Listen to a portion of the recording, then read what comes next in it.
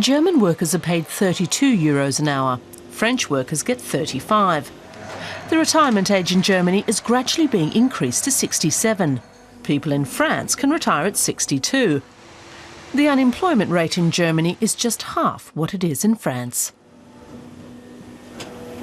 We're living beyond our means. We've got to tighten our belts like the Spanish are doing. We have to get back into positive growth. But France has never wanted to make the effort. We're like a school child who gets bad grades and blames the good pupil for it. In Europe, the good pupil is Germany.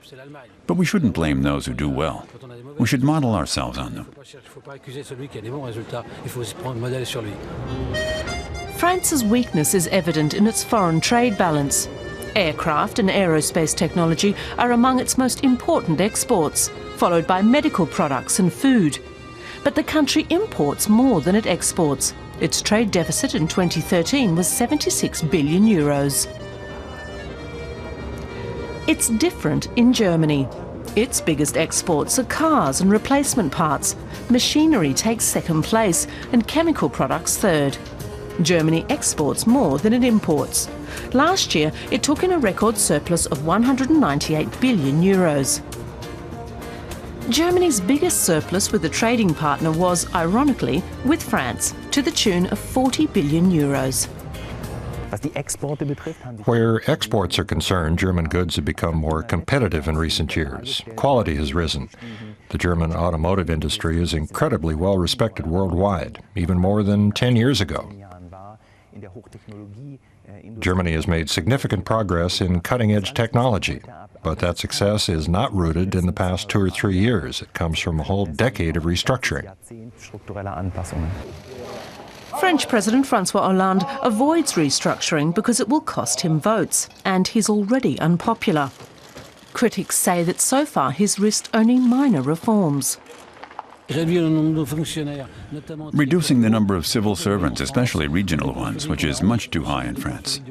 Our public expenditures are 11% higher than Germany's. 30 years ago, it was the reverse. Things can be done differently. The second important measure is the cost of labor. We have to cut costs, but we have to go further and think about having differing minimum wages in different regions. French workers are proud of what they've achieved and refuse to accept any cuts. Unions say large pay hikes in Germany would help France out of a crisis. Germany cannot become a growth engine for France now, because you cannot dictate to German consumers or companies what goods they're supposed to demand. That's primarily a French problem. France has to reform its own structures, open its labor market, and cut costs, so that those structures finally converge again between Germany and France. Flourishing French businesses and strong growth in France are essential to Germany's prosperity in the long term. The German and French economies are very closely interlinked. 40% of the parts in a German luxury car, like the BMW 5 Series, are made in France.